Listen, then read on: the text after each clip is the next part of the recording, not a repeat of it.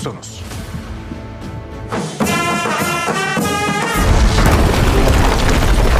Sonrasında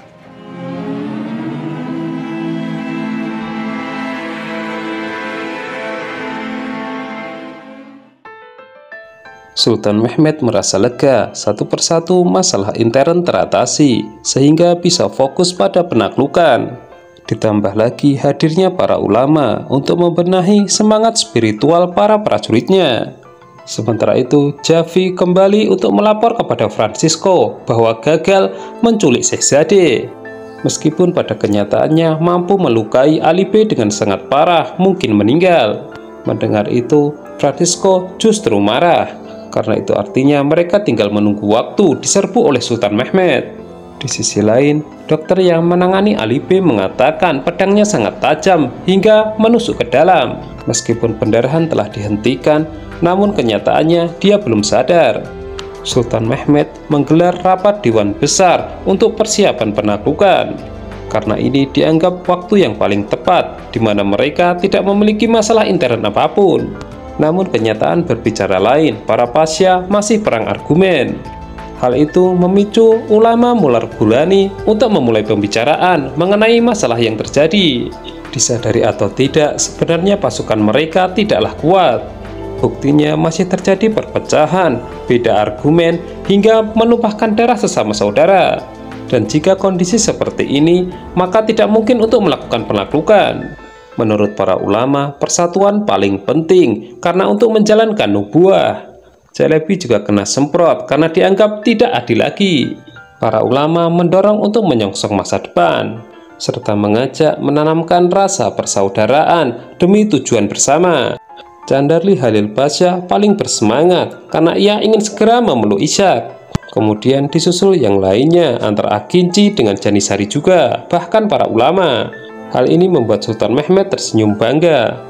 Saat itu juga tugas diberikan kepada Bahadir B dan Bali B untuk mengatasi masalah Francisco. Berhubung tindakan Francisco sudah dianggap melampaui batas, maka tidak ada pilihan lain kecuali diserang. Sementara itu di pihak Konstantinopel justru sebaliknya mengalami masalah intern. Karena orang-orang Latin mulai menunjukkan sifat aslinya, yaitu begitu kejam dan menjarah. Notaras sampaikan keluhan itu kepada Imperator Konstantinos. Sayangnya belum ditemukan solusinya. Saltuk memperkenalkan Bahadir B kepada Hasan, bahwa dia adalah komandan armada laut yang semua orang menyeganinya. Karena sebab inilah ia dipercaya Sultan Mehmed untuk mengatasi para bajak laut. Sementara itu Sultan Mehmed sangat senang bisa bertemu dengan Shehzade Bayezid bersama dengan ibunya. Tapi Bahar Hatun merasa bersalah karena Ali B harus mempertaruhkan nyawanya demi Bayezid.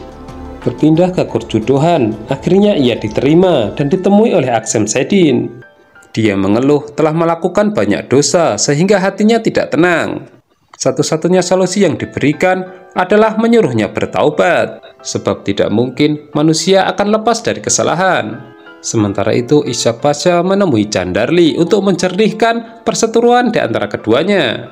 Hal itu hanya untuk mempertegas ketika di rapat dewan bahwa keduanya benar-benar tulus untuk mengakhiri pertikaian ini. Bahkan mereka sepakat untuk tidak saling curiga lagi.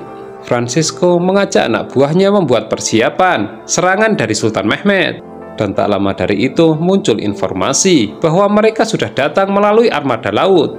Di sisi lain, Imperator Konstantinos tidak peduli dengan serangan Sultan Mehmed terhadap Francisco. Tapi Pratan memiliki pemikiran lain, hanya Francisco yang bisa mengendalikan orang-orang Latin. Meskipun demikian, Kaisar tetap tidak bisa membantu. Karena bagaimanapun keadaan mereka terkepung. Bahadir B mulai menunjukkan kemampuannya dengan segera memerintahkan menembakkan meriam. Hal itu dimaksudkan untuk mengetahui lokasi meriam Francisco yang disembunyikan. Sementara itu Francisco juga sangat berpengalaman, ia tidak mudah terpancing. Hanya saja ia merasa diremehkan karena Sultan Mehmed tidak ikut dalam serangan. Bahadir B juga merasa umpannya tidak segera direspon. Nah, dalam situasi seperti ini, Bali B menyarankan agar dia dan pasukannya menggunakan kapal kecil. Sementara itu, Sultan Mehmed ternyata memimpin sendiri penyerangan meriam dengan menggunakan meriam Syahi. Meskipun ini bukanlah serangan utama, namun ia ingin menjajal seberapa kuat meriam tersebut. Menariknya, arah tembakan diubah tidak seperti biasanya untuk memberikan efek kejut. Bali B dan pasukannya mulai menggunakan rakit-rakit kecil untuk mencapai Pulau Francisco. Biarpun ini dianggap membahayakan, namun ternyata rencana ini berhasil. Karena pada akhirnya Francisco mengeluarkan meriam untuk memberikan serangan. Saat itulah Bahadir B mengetahui letak meriam yang disembunyikan, lalu membombardirnya. Sultan Mehmed menyadari Bizantium melemah setelah tewasnya Giustiniani dan Salvador. Itu artinya orang-orang Latin seperti banteng yang kehilangan kepala. Bali B dan pasukannya berhasil merapat ke pulau. Hal itu memungkinkan duel yang sangat sengit antara mereka dengan para bajak laut. Bahkan Bahadir B juga ikut berlabuh untuk membantu.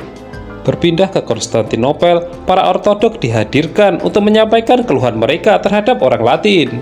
Jika sudah begini, Imperator Konstantinos didesak untuk mengambil tindakan tegas. Chandarli mengantarkan Shahzade Bayazid karena ia akan dikembalikan ke Edirne. Namun selama berjalan, Shahzade bertingkah seperti ayahnya memimpin pasukan.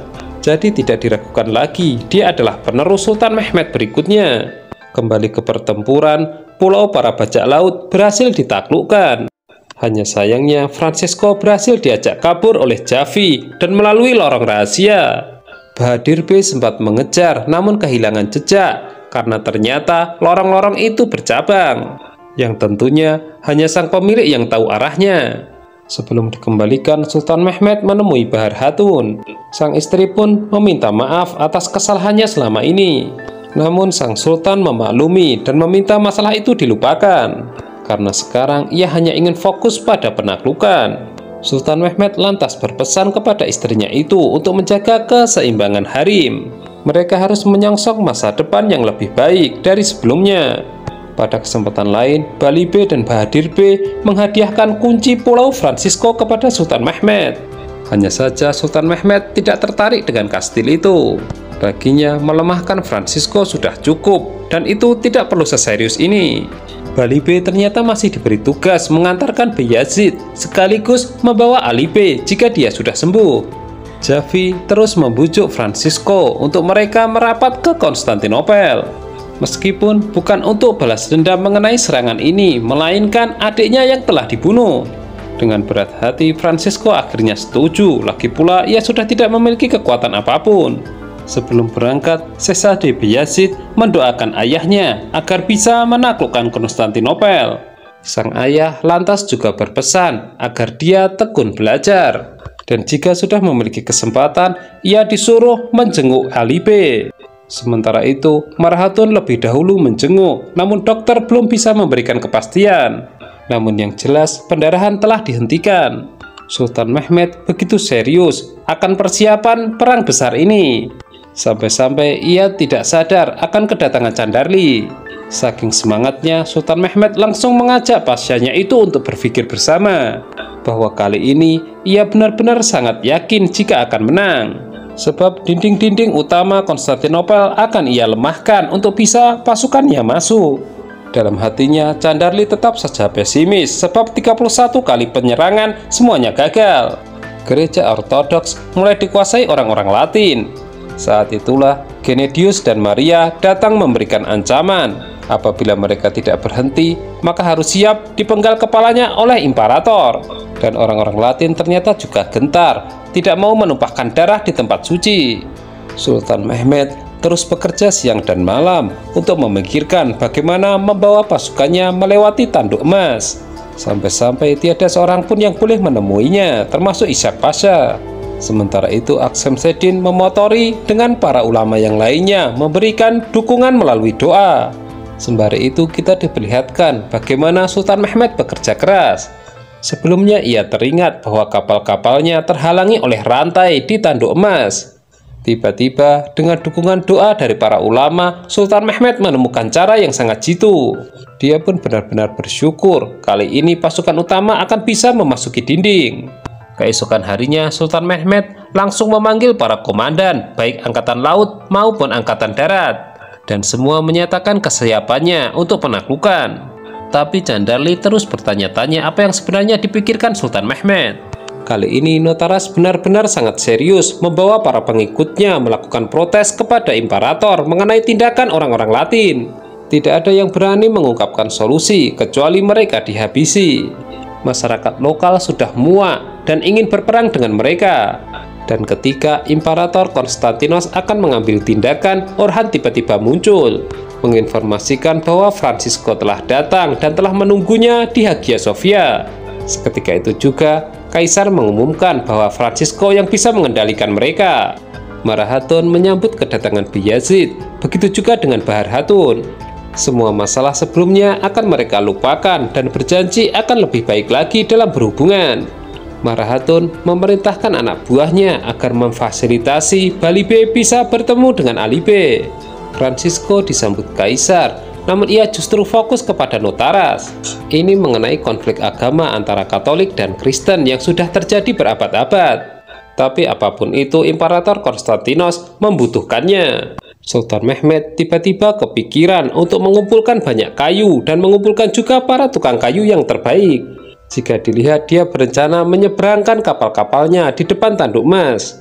Alibe sudah sadar, namun ia tidak terbiasa beristirahat di istana. Dan ketika dijenguk oleh Balibe, ia merasa bersalah tidak mampu melindungi Sehzade Bayezid. Tiba-tiba Alibe diberikan kejutan dengan kehadiran Sehzade. Dia pun sangat bersyukur dan merasa tidak sia-sia mengorbankan nyawa. Ketika dijamu makan Imperator, Francisco direndahkan oleh Demetrios, di mana dia tiba-tiba berbelok arah melawan sahabatnya sendiri, Mehmed. Adu argumen sendiri justru ditangkap oleh Imperator bahwa ada sesuatu yang janggal dari pembicaraan mereka. Bagaimana bisa Demetrios meragukan aliansi ini? Sesuai instruksi Sultan Mehmed, Balibe tidak bisa menghentikan Alibe yang ingin segera ikut bergabung. Namun Sehzade Bayezid menghentikan, menganggap dia belum meminta izin darinya. Hal ini benar-benar menunjukkan bahwa Sehzade memang dipersiapkan untuk menggantikan ayahnya. Dan Alibe merasa bahwa ajarannya telah berhasil. Di Konstantinopel, orang-orang Latin terus menjarah warga lokal. Francisco yang mendapatkan mandat dari Kaisar Konstantinos langsung bertindak. Mereka hanya diberi dua pilihan, tunduk pada perintahnya atau dihabisi. Dan ancaman itu akhirnya membuat mereka berpikir. Sementara itu, sesuai harapan Sultan Mehmed, penyerangan besar-besaran akan dimulai lagi. Hanya saja diharapkan kekalahan lama dan strategi lama tidak digunakan lagi. Dia menyebutnya ini era baru dan mereka merasa semakin kuat. Sebaliknya, pihak Konstantinopel akan menggunakan cara lama untuk bertahan. Padahal sebenarnya Kaisar Konstantinos sudah diperingatkan, namun ia tidak mau mendengar. Pada malam hari, Ishak bertanya kepada Zahanos kenapa Sultan membagi pasukan menjadi dua bagian, sementara pasukan yang mereka komandoi harus menghidupkan masing-masing dua obor. Dan jika kita pikir-pikir, itu adalah teknik untuk mengelabui. Nah, setengah pasukan lagi ternyata Sultan Mehmed akan menaruhnya di Tanduk Emas. Meskipun begitu, Candarli tetap saja pesimis. Dia bahkan mempertanyakan mengapa mereka harus membutuhkan banyak kayu serta tukang kayu yang hebat-hebat juga. Jika serangan ini gagal, tentunya kerugian yang akan mereka terima akan lebih banyak. Zahanos mendapatkan kepercayaan khusus dari Sultan Mehmed. Meriam Syahi kemudian dinyalakan, namun bukan ke dinding yang biasanya. Jelas ini beresiko karena butuh seperempat hari lagi untuk bisa menyalakannya ke berikutnya. Namun, jika dilihat dampaknya sangat signifikan.